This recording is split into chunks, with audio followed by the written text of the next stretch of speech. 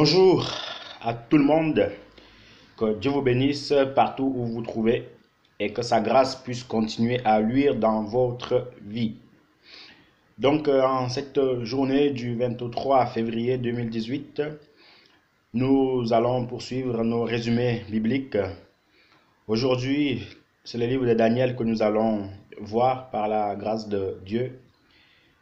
Hier, nous avons vu le livre de Ézéchiel, un homme que le Seigneur utilisait beaucoup en vision et que le Seigneur l'appelait en général en fait fils de l'homme, fils de l'homme, fils de l'homme, fils de l'homme. Et Ézéchiel en fait fait partie des prophètes majeurs en fait dans la Bible, puisque voyez-vous, dans la Bible il y a des prophètes qu'on dit en fait des prophètes majeurs, donc qui avaient en fait une grosse mission, une mission énorme, à savoir Ésaïe, Jérémie, Ézéchiel et, et Daniel aussi. Après, vous avez ce qu'on appelle aussi en fait les prophètes mineurs. Donc, sur ces prophètes mineurs, on peut avoir comme Osée, comme Amos, comme Habakkuk, ainsi de suite, ainsi de suite. Donc, c'est un peu ça. Mais ne vous focalisez pas en fait sur les qui est mineur, qui est majeur. Non, ça c'est juste en fait une information pour nous, mais sans plus quoi. Le livre de Daniel, voyez-vous, comporte 12 chapitres. C'est un livre très très intéressant, très très bénissant, puisque Daniel était un jeune homme beaucoup utilisé par le Seigneur. Daniel était un jeune homme qui était vraiment en fait au pied et au pas du Seigneur. Et Daniel avait deux caractéristiques en fait, ou deux choses en fait qui sortaient vraiment de lui, vraiment trois. La première, c'était qu'en fait, c'était un homme qui était assidu en fait à la prière, puisqu'en fait la Bible nous dit qu'il priait 3 fois par jour, voilà, 3 fois par jour, en direction de Jérusalem. Maintenant, toi mon frère, toi ma soeur, prier 3 fois par jour, c'est bien, mais chercher où se trouve la direction de Jérusalem, non, c'est pas ce que le Seigneur veut nous faire comprendre ici. Ce qu'il veut nous faire comprendre, c'est beaucoup prier, beaucoup prier, beaucoup prier, pour que sa grâce puisse luire dans notre vie. Donc ça, c'est la première caractéristique en fait de Daniel. La deuxième, c'était en fait quelqu'un de sage. Il était sage, il était aussi en fait très intelligent. Voilà, il était sage et très intelligent. Et la Bible, en fait, Satan en fait est comparé à Daniel. Voilà, que Satan en fait était plus sage que Daniel, ainsi de suite, ainsi de suite. Mais toujours, tu sais que c'était un jeune homme. C'était un jeune homme, hein, voyez-vous. Ce n'était pas un vieux ou un monsieur, non, c'était un jeune homme. Puisque souvenez-vous, en fait, c'est que la Bible nous dit que Nebuchadnezzar, il a investi, il a assujetti Jérusalem. Et puis, en fait, dans cette captivité-là, ils ont pris des jeunes hommes. Et puis, parmi ces jeunes hommes-là, on devait choisir parmi eux quelques-uns qui étaient encore en forme, qui étaient sages, beaux de figure, et pour le service du roi. Et parmi ces jeunes hommes-là, en fait, se trouvaient Shadrach, Meshach et Abednego. Et il y avait aussi Daniel. Vous voyez un peu. Donc, c'était la deuxième caractéristique en fait de Daniel. Et la troisième, c'était en fait, c'était quelqu'un qui était vraiment béni du Seigneur, puisque, voyez-vous, il interprétait tout genre de songe en fait. Tout genre de songe, tout, mais vraiment tout. Hein. S'il y avait vraiment en fait quelqu'un qu'on peut vraiment en fait, voyez-vous, tirer hors du lot par rapport aux interprétations des songes, c'est bien lui. Et il y a aussi en fait Joseph, tout simplement. Donc, c'est ce livre-là que nous allons voir petit à petit. Et comme vous le savez, on va lire quelques versets à l'appui. Et puis, Dieu voulant, nous allons faire un bilan d'ensemble. Donc, pour ce faire, nous allons commencer dans Daniel chapitre 1, le verset 7. Le chef du personnel royal leur donna de nouveaux noms. Daniel reçut le nom de Beltatsar, Anania celui de Shadrach, Michael celui de Meshach, et Azaria celui d'Abednego.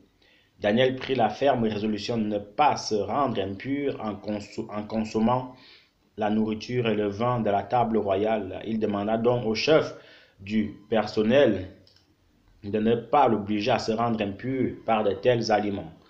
Donc ici, d'emblée, comme on disait dans un premier temps, que Daniel était pris en captivité avec ses autres trois compagnons, Shadrach, Meshach et Abednego.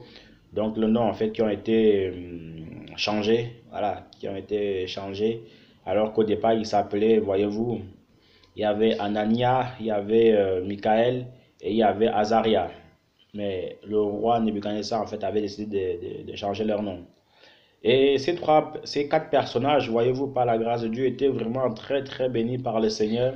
Ils avaient énormément en fait la crainte de Dieu dans leur vie, puisque le roi ayant organisé des festins, ils ont pris la résolution, vraiment la résolution, la ferme résolution de ne pas se souiller. Donc, mon frère, ma soeur, tu dois vraiment prendre la résolution, quoi qu'il en soit, quoi qu'il advienne, de ne pas te souiller. Et je prends un exemple, si jamais tu es invité en fait à une fête mondaine où on n'honore pas le Seigneur, ou c'est une fête en fait, il y a la musique qui n'honore pas le Seigneur, prends la ferme résolution de ne pas te souiller en dansant ce genre de musique. Voilà, donc c'est aussi ça en fait, prendre la ferme résolution de ne pas te souiller.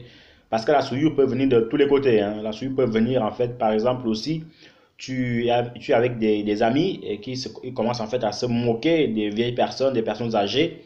Donc tu dois prendre la ferme résolution de ne pas te souiller avec eux, de ne pas en fait te moquer des personnes âgées, même des handicapés, ainsi de suite. En fait, la moquerie, il faut l'éviter. Et c'est ainsi en fait que le Seigneur sera avec toi. En continuant au chapitre 2, nous voyons en fait premièrement comment Nebuchadnezzar, voyez-vous, il va recevoir un songe. Regardons un peu. Le roi Nebuchadnezzar, le roi le plus fort, le plus puissant, il va avoir un songe. Il va avoir un songe et puis il va l'oublier. Il va l'oublier ce songe-là. Et il va dire à ses marabouts, écoutez, j'ai eu un songe et puis je l'ai oublié, mais j'aimerais que vous me l'expliquiez. Un, que vous vous rappelez de ce songe-là. Deux, que vous me l'expliquez. Oh là là là là. Que vous imaginez, vous dormez avec quelqu'un, il reçoit un songe, il oublie. Non seulement il oublie, mais il faut que vous le trouvez et que vous lui expliquez. C'est terrible. C'est terrible. Alors ces marabouts-là n'ont pas pu se rappeler de ce songe et n'ont pas non plus pu en fait l'expliquer au roi. Ils ont commencé à chercher des excuses, à chercher à gagner du temps. Alors le roi voulait les décapiter. Alors par la grâce de Dieu, voyez-vous, comme il y a toujours en fait des gens aussi, comment dirais-je, que le Seigneur interpelle, alors on va dire au roi, écoute roi, il y a quelqu'un là-bas, il explique les songes, attends un peu. Et voyez-vous, par la grâce de Dieu, Daniel, dans son amour, il va dire au roi, écoute roi, ne décapite pas encore tes marabouts, puisqu'il y a un Dieu au ciel qui connaît tout, connaît les secrets des cœurs et tout ça. Donc, je vais aller le prier, mais toi reste tranquille, mais ne tue personne. Quel amour! Alors le Seigneur va révéler en fait, voyez-vous, ce songe-là. Premièrement, il va faire en sorte que Daniel se rappelle du songe de Nebuchadnezzar. Deux, il va donner en fait l'explication de ce songe-là. C'était en fait la vision de la statue. Voilà. Et puis quand on arrive au chapitre 3, voyez-vous, dans Daniel chapitre 3, le verset 15 au verset 16. Verset 15 au verset 16. Vous allez entendre de nouveau jouer de la trompette, de la flûte, de la cithare, de la sambuc, du septentrion, de la cornemuse et de tout genre d'instruments de musique. Êtes-vous prêts maintenant à vous incliner jusqu'à terre pour adorer la statue que j'ai faite? Donc ici, en fait, il s'agit de Shadrach, Meshach, Abednego et les compagnons de David, puisque le roi Nebuchadnezzar en fait avait avait fait une statue pour lui et que tout le monde, hein, tout le monde devait adorer cette statuette-là. Mais ces jeunes gens qui craignaient le Seigneur ont dit non. Écoute, roi, ce que tu as, on te respecte beaucoup, on est bien ici, parce que puisque juste pour revenir en arrière, euh, Daniel était un intendant du roi. Daniel était, voyez-vous, comme à peu près un premier ministre du roi Nebuchadnezzar, puisque quand il a expliqué ce songe-là, le roi lui donnait en fait une position supérieure aux autres marches en fait. Vous voyez un peu. Et aussi, alors Daniel a aussi dit que voici mes compagnons, mettez-le aussi comme intendant. Alors ils étaient intendants. Et le roi, ayant érigé sa statue, bah, il fallait l'adorer. Et ils ont dit non, on ne peut pas. On te respecte beaucoup, mais on ne peut pas. Alors le roi a dit, ok, d'accord. Chauffez-moi encore la fournaise. En fait, une fournaise, c'est un étang de feu. C'est un trou où il n'y a que du feu, que du feu, que du feu. Et c'est là, en fait, qu'on mettait toute personne qui désobéissait au roi Nebuchadnezzar. Et le roi, en fait, ayant vu que ces trois jeunes gens refusaient de lui obéir, d'adorer sa statue, alors il a dit, animé de colère, enflammé de colère, va dire que cette fournaise ardente, chauffez-la encore plus, 7 fois plus, 2 fois plus. Vous imaginez déjà le feu, c'est terrible. Mais il va encore dire chauffer-la encore plus. Mais les trois compagnons de David, en fait, n'ont pas changé d'avis. C'est-à-dire quoi? C'est-à-dire que parfois, nous disons souvent que nous croyons en Dieu. Mais, frères et sœurs, croire en Dieu de la bouche est une chose. Mais croire en Dieu, en fait, mais croire en Dieu en pratique en est une autre. Voilà que ces gens-là vont être mis, voyez-vous, dans cette fournaise ardente-là. Ils n'ont pas désobéi à leur Dieu, ils n'ont pas renoncé, ils sont allés jusqu'à la fournaise ardente.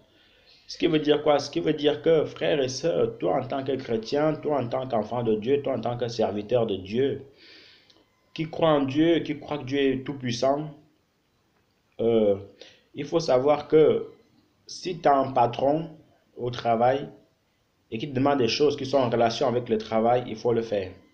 Mais par contre, on sait comment en fait demander des choses en ce qui concerne la corruption, en ce qui concerne en fait le vol, ça ne va plus à l'encontre, ça ne va plus en fait dans le règlement intérieur du travail. Donc je dois dire non. Parce que j'aimerais aussi en fait attirer votre attention. Certes, la Bible nous dit de respecter nos chefs, nos autorités, mais respecter en fait une autorité ne veut pas dire que participer à cette corruption-là. Respecter une autorité ne veut pas dire participer en fait à son vol. Respecter une autorité ne veut pas dire faire tout ce que cette autorité-là nous dit de faire, même quand ça n'arrange pas le Seigneur. Non, non, non. Ce n'est pas ça en fait, respecter une autorité. Une autorité, c'est de le respecter. Par exemple, on te dit de payer les impôts, tu dois payer les impôts. On te dit de payer les péages, tu dois payer les péages. Mais quand une autorité te dit, vis dans la corruption, là, tu ne dois plus le respecter, puisque il y a une autorité encore plus grande que celle qui est sur terre, à savoir Dieu. Donc vraiment toujours faire la différence par rapport à cela tout simplement. Donc c'est un peu ça, ces trois compagnons ne vont pas écouter ce que le roi va dire en ce qui concerne l'adoration de la statue. Alors ils vont être mis en fait dans cette fournaise ardente. Et ce qui est encore bien, c'est que le Seigneur dans son amour, le Seigneur dans sa fidélité, il ne va pas les laisser comme ça. Il ne va pas les laisser comme ça, il va venir et il va les sauver. Comme quoi, vraiment, si je m'adresse aussi à moi, c'est quelque chose qu'il faut que nous expérimentons aussi au quotidien. C'est la grâce de Dieu, c'est la puissance de Dieu, c'est les manifestations en fait de Dieu dans notre vie. Parce que tant que Dieu ne nous a pas encore montré qu'il est Dieu, on aura du mal, voyez-vous, à le suivre. Tant que Dieu ne nous a pas encore montré qu'il est puissant et que rien ne lui arrive, personne ne l'arrive en fait à la cheville, il nous sera difficile de croire en son nom. Voilà pourquoi je vous encourage aussi, à moi aussi, bien évidemment, à toujours demander des signes à Dieu. Seigneur, si tu, j'aimerais encore aller d'avant, j'aimerais en fait aller plus loin avec toi. J'aimerais que tu me montres certains signes, comme ça, moi, ma confiance en toi va se renforcer, ma foi va se renforcer, et puis je n'aurai peur de rien si ce n'est de toi. Faites ce genre de prière, restez dans la sanctification, dans la pureté, et le Seigneur, en fait, vous répondra. Parce que quelqu'un qui n'a jamais vu la puissance de Dieu, le moment où les épreuves arrivent, le moment où, en fait, la persécution arrive, bah, il va abandonner le Seigneur, il va se tailler. Pourquoi? Parce qu'il va se dire, ah, mais le Dieu même que je sers là, est-ce qu'il n'est même pas mort? Le Dieu même que je sers là, est-ce qu'il est encore vivant? Vous voyez tant de questions. Mais une fois que vous l'avez expérimenté, vous êtes prêt à tout. Vous êtes prêt à mourir pour ce Dieu-là. Et vous n'avez aucun remords. Souvenez-vous en fait des apôtres. Paul pourra dire quoi? Christ est ma vie, la mort m'est un gain. Donc quand on arrive à ce niveau-là, la mort nous est vraiment un gain, on n'a plus peur de rien. Et c'est ce qui s'est passé avec ces deux jeunes gens, en fait, ces trois jeunes gens, Shadrach, Meshach et Abednego. Ils n'ont pas eu peur, ils ont tenu jusqu'au bout. Et le Seigneur, en fait, a tenu aussi, en fait, sa promesse, tout simplement. Voilà pour la petite histoire des trois compagnons de David, de Daniel. On va continuer au chapitre 4, on va pas le lire, mais le chapitre 4, voyez-vous, frères et sœurs, nous raconte le deuxième songe expliqué par Daniel à Nebuchadnezzar, où les gars, pour lui, il était grand. Voilà, c'est, n'est-ce pas moi, le grand Nebuchadnezzar qui a construit cette grande ville, Babylone? N'est-ce pas moi, le grand Nebuchadnezzar qui a fait ceci, qui a fait cela? Dieu lui a dit, ok, d'accord. Donc, en gros, c'est toi, quoi. C'est toi qui as construit tout ça, ton royaume, ton palais. C'est toi qui as tout fait, quoi. Moi, je veux te montrer que au-dessus de toi, il y a quelqu'un d'autre. Alors, le Seigneur l'a confondu. Le Seigneur l'a touché. Et puis, en fait, le gars, il a tout perdu. Il est parti vivre dans la forêt. Il est devenu comme un animal. Et on peut imaginer, en fait, pendant 7 ans, que le roi Nebuchadnezzar, en fait, a vécu comme un fou, comme un animal. Et j'imagine bien quelqu'un, vous voyez bien quelqu'un qui ne sait pas quoi faire pendant 7 ans. Combien ses cheveux vont pousser. Quelqu'un qui ne s'est jamais coupé les ongles pendant 7 ans, ben, je crois qu'il va me dépasser les autruches, quoi. Il va me dépasser les poules, les canards. Donc il était pire qu'un animal. Mais ce n'est qu'à la fin, voyez-vous, qu'il a reconnu que non, au-dessus de moi, il y a un autre Dieu. Au-dessus de moi, il y a une autre créature, une autre puissance. Alors, je dois la respecter. Et quand il a reconnu, voyez-vous, l'autorité du Seigneur, et qu'est-ce qui s'est passé? Le Seigneur, en fait, l'a restauré. Et même, il a donné, en fait, un édit dans tout le pays. Dans tout le pays, il a dit maintenant, à partir de maintenant, vous tous, vous allez commencer à adorer le Dieu de Daniel, parce que c'est un Dieu puissant, c'est un Dieu terrible. C'est un Dieu terrible. Et qu'est-ce qui s'est passé? Bah, le Dieu de Daniel, en fait, donc notre Dieu a commencé en fait à être valorisé, jusqu'à ce qu'en fait, ce Nebuchadnezzar-là fût mort. Et c'est son fils qui avait quasiment le même nom que Daniel, parce que lui, il s'appelait Belshazzar, qui a pris le relais. Et on le voit au chapitre 5, comment Daniel va expliquer, parce que son Belshazzar aussi va recevoir des songes à son époque. Il va recevoir à son époque, mais ce qui va nous intéresser aujourd'hui, c'est pendant que ce jeune roi-là, voyez-vous, il faisait une fête, il a invité toutes les prostituées, il a invité ses femmes, machin, truc, tout le désordre en fait. Tout le désordre. Et le gars, il a vu un doigt qui était en train d'écrire sur le mur en disant comptez, comptez, pesez, pesez, ainsi de suite, ainsi de suite. Et alors le gars s'est demandé, mais qu'est-ce qui se passe? Qu'est-ce qui se passe? Alors on est parti appeler Daniel pour venir expliquer ce songe-là. Et Daniel est venu en disant que, écoute, roi, ton royaume a été pesé et tu t'es vu en fait, tu ne pesais pas lourd tout simplement. Donc, tu vas partir, tu vas mourir et quelqu'un d'autre en fait prendra ta place. Et j'aimerais aussi en fait m'attarder sur quelque chose. Avant que Daniel puisse expliquer ce songe-là à Belshazzar, donc le fils de Nebuchadnezzar, la Bible nous dit en fait que ce jeune homme voulait offrir des cadeaux, voulait offrir en fait un cadeau à Daniel, parce que Daniel en fait devait lui expliquer le songe. Mais Daniel ne va pas être intéressé par ces cadeaux. Il va dire, écoute, tes cadeaux, garde-les pour une autre personne, j'en ai pas besoin. Garde-les pour une autre personne, j'en ai pas besoin. Où je vais en venir, c'est que toi, mon frère, toi, ma soeur, serviteur de Dieu, serviteur de l'Éternel, il faut savoir que quand nous faisons l'œuvre de Dieu, nous devons la faire comme le Seigneur veut qu'on la fasse. Tu n'as pas besoin d'estorquer les gens, tu n'as pas besoin de voler les gens pour expliquer des songes à des gens. Tu n'as pas besoin de demander de l'argent à gauche, à droite pour faire l'œuvre de Dieu, non. Et regardez aussi un autre homme de Dieu, un véritable aussi homme de Dieu qui a fait pareil. Nous avons Élisée. Quand Naaman était venu pour qu'il soit guéri, Naaman est revenu avec tous ses présents, les ci, les ça, sacs d'argent, parce qu'il était riche. Hein. En général, à cette époque-là, il était très très riche. Et alors il a dit, non, il faut quand même que je donne. Élisée lui a dit, écoute, tes cadeaux là, c'est bien beau, mais moi je ne les veux pas. Va faire ce que Dieu t'a dit de faire, et puis continue ta route.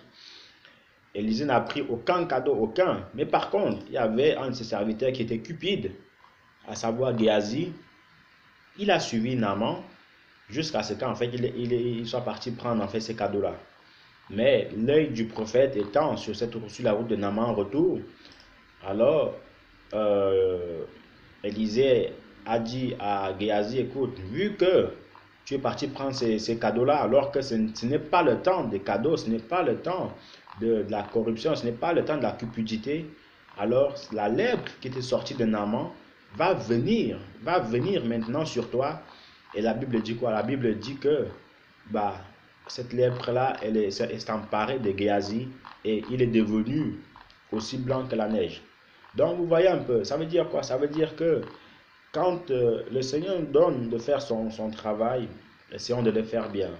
Le Seigneur s'occupe toujours de son homme, le Seigneur s'occupe toujours de ses enfants. Faisons-lui confiance. C'est peut-être parce qu'on n'a plus confiance en Dieu qu'on commence à voler les chrétiens. C'est peut-être parce qu'on n'a plus confiance en Dieu qu'on commence à faire demander de l'argent de gauche à droite. Non. Et je m'adresse aussi à moi, vous voyez, je m'adresse aussi à moi parce que ça n'arrive jamais aux autres, en fait, ça n'arrive jamais aux autres, ça peut aussi nous arriver à nous. Mais faisons vraiment confiance en Dieu et forçons de vivre en fait une vie qui l'honore et il s'occupera toujours de tout. Donc voilà un peu. On va aller au chapitre 6 où Daniel en fait va voir le songe. Non, voilà, il va être mis en fait dans la fournaise à son tour, dans la fournaise ardente, donc dans ce puits de feu à son tour, par jalousie. Qu'est-ce qui s'est passé? Daniel, les marabouts ils sont partis voir le roi Belshazzar en disant que, écoute, Belshazzar donne en fait une ordonnance comme quoi personne ne doit prier un autre Dieu que le tien. En gros, il savait ce qu'il faisait, puisqu'il savait que Daniel, en fait, il ne participait pas en fait à leur impudicité, il ne participait pas en fait à leur truc. Alors ils sont allés voir le roi. Et vous savez comment on dit dans un premier temps, tout décret que le roi donnait n'était jamais révoqué. Seulement à une exception dans les d'Esther. Sinon, tous les autres décrets n'étaient pas révoqués. Donc, ça veut dire quand le roi a posé son sceau, c'est fini. C'était ce qui était écrit. Alors, Daniel, lui, étant intraitable, intrépide, il va continuer à adorer son Dieu, à le louer 3 fois par jour. Et on va venir l'arrêter et on va le mettre dans la fournaise ardente.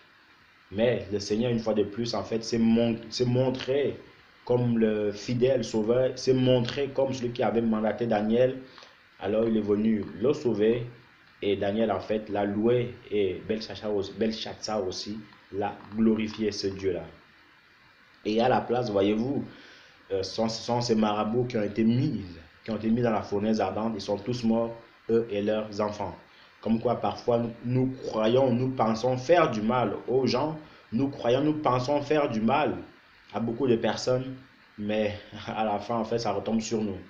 Donc toi qui as des pensées de faire le mal aux autres, toi qui as des pensées de retenir la vie des autres, toi qui as des pensées en fait de les bloquer, mon ami, sache qu'un jour ou l'autre ça va retomber sur toi, hein, ça ne devrait pas tarder. Mais tu dois plutôt être celui qui encourage les autres, qui prie pour les autres, qui est content pour le bien des autres, pour la réussite des autres, alors toi aussi tu pourras réussir par la grâce de Dieu. Le chapitre 7 du livre de Daniel, en fait, nous raconte la vision sur les quatre animaux. Voilà, sur les 4 animaux. Et au chapitre 10, nous voyons en fait comment l'archange Gabriel va venir auprès de Daniel parce que quand il jeûnait pendant 21 jours, l'archange Gabriel va venir, le Seigneur va le précipiter, va l'envoyer pour lui dire que, écoute, tu as beaucoup jeûné, tu as beaucoup souffert. Maintenant, voici la réponse à ta prière. Voici ce que le Seigneur a dit par rapport en fait au sujet dont tu lui faisais allusion. Et j'attire aussi une autre solution ici, ou un autre point ici, c'est le jeûne de Daniel. Voyez-vous, frères et sœurs, Daniel, en fait, quand j'avais commencé à jeûner, il, il n'avait pas fixé un jour, non.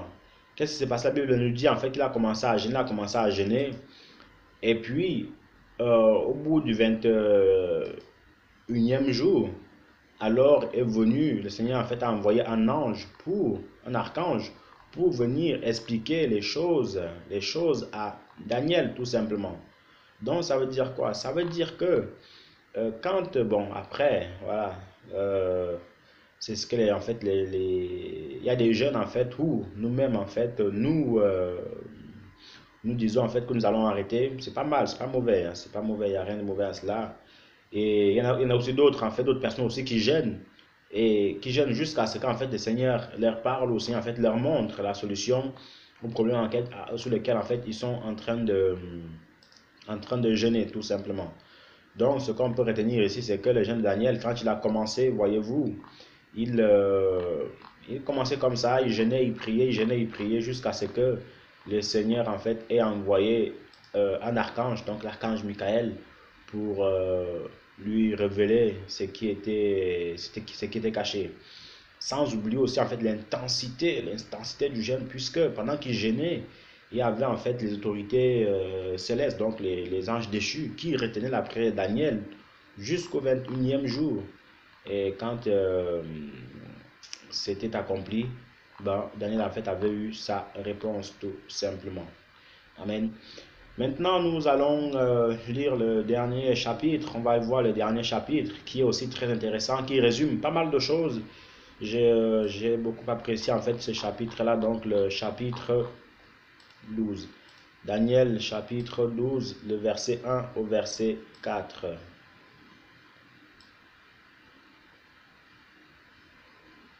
Daniel 12, le verset 1, verset 4. L'ange me dit encore, en ce temps-là paraîtra Michael, le chef des archanges, le chef des anges, pardon, le protecteur de ton peuple. Ce sera un temps d'angoisse comme il n'y en aura jamais eu depuis qu'une nation existe jusqu'à ce moment-là. Alors seront sauvés tous ceux de ton peuple, dont le nom sera inscrit dans le livre de vie. Beaucoup de gens qui dorment au fond de la tombe se réveilleront, les uns pour la vie éternelle, les autres pour la honte, pour l'horreur éternelle. Les gens intelligents rayonneront de splendeur comme la voûte céleste après avoir montré aux autres comment être fidèles. Ils brilleront pour toujours comme des étoiles. Toi, Daniel, garde secret ces messages, ne révèle pas le contenu de ces livres avant le temps de la fin. Alors beaucoup de gens le consulteront et leur connaissance en sera augmentée. Au verset 11 à 12. Depuis le moment où l'on ne pourra plus offrir à Dieu le sacrifice de chaque jour, et où l'horreur abominable sera dressée sur l'autel, il s'écoulera 1290 jours. Heureux ceux qui demeureront fermes dans leur attente pendant 1336 jours. Quant à toi, Daniel, tiens bon jusqu'au bout, alors tu auras droit à un repos, puis tu te relèveras pour recevoir ta récompense à la fin des temps. Amen. Donc, voici un peu le résumé de ce livre. 1. On dit à Daniel qu'il devait garder en fait ces choses-là secrètes jusqu'à ce qu'en fait la fin arrive. 2. On lui dit encore qu'il viendra un temps où tout cela sera fini et que ceux qui auront fait le bien se réveilleront pour la gloire éternelle, mais ceux qui auront fait le mal se réveilleront en fait pour l'aurore éternelle, en gros, l'enfer. Le livre de Daniel, en fait, on peut l'associer en fait au livre d'Apocalypse. Voilà, c'est des livres en fait qui se ressemblent beaucoup, surtout en ce qui concerne en fait la vision des êtres, des quatre animaux, ainsi de suite, ainsi de suite. Mon frère, ma soeur, tu sais, hein, je peux te dire un conseil, c'est que certes, tu vis ta vie comme tu l'entends, tu fais comme tu veux, Tu vas à l'église parce qu'il faut aller à l'église. Tu vas à l'église pour que tes parents ne t'embêtent pas, pour que tu sois en bonne conscience avec Dieu, pour aller faire ton checking à l'église. Alors qu'au fond, tu sais bien que tu ne crois pas en Dieu. Alors qu'au fond, tu sais tout le mal que tu as. Au fond, tu sais que ta vie n'honore pas le Seigneur. Bon, je ne vais pas te dire que c'est pas grave, puisque c'est grave. Mais ce que je peux te dire, c'est que il y a encore de l'espoir. Arrête d'aller à l'église pour aller à l'église. Reste à la maison. Prie ton Dieu. Répands-toi premièrement. Lis ta Bible. Prie vraiment. Et puis recommence à aller à l'église. Parce que vaut mieux quelqu'un en fait qui reste à la maison et qui sait que il n'y aura pas de problème. Mais plutôt que celui qui va à l'église comme un hypocrite. Le Seigneur déteste, il a horreur des hypocrites. Pas qu'il n'aime pas, hein, mais il déteste. Il déteste l'hypocrisie. Donc comprenons-nous bien. Tu es jeune, c'est pour que tu serves le Seigneur. Tu es rempli de vigueur, c'est bien, il faut tenir bon. Mais, n'oublie jamais que ce monde, il n'y a rien de bon là-dedans. Il n'y a rien de bon. Nous sommes là comme des missionnaires. Mange ce que tu peux manger. Vite, loue ta maison. Fais ta vie. Mais confie-toi, consacre-toi au Seigneur. Le Seigneur est prêt à nous répondre. Le Seigneur est prêt à te surprendre. Mais viens à lui. Et aussi, évite de te comparer aux autres. Évite de vivre ta vie en fonction des autres. Que lui, il a une copine, lui, il a un copain, pourquoi pas moi, ou lui ne fait pas ci. Non, lui, c'est lui, toi, c'est toi. Le jour où tu seras jugé, il ne sera pas là à côté de toi. Il n'y a qu'à voir quand les gens passent l'oral du bac. Mon ami, tu es seul hein, devant le prof. Donc, ça sera comme ça avec le jour du jugement. Donc, mon ami, consacre-toi à Dieu tant qu'il n'est jamais trop tard. Et ne dis pas que j'ai 19 ans, j'ai 18 ans, j'ai 16 ans, je ne mourrai jamais avant 50 ans. Non, il y a même des gens qui meurent à 10 ans, d'autres qui meurent à 15 ans, plus jeunes que toi, plus vieux que toi. Mais ne sachant pas quand est-ce que tu partiras, donne ta vie complètement au Seigneur, sois sincère avec Dieu et ne joue pas avec lui et ne joue pas double jeu tout simplement. Que le Seigneur vous bénisse abondamment et que sa grâce puisse luire dans votre vie. À tout à l'heure pour le résumé du livre d'Osée.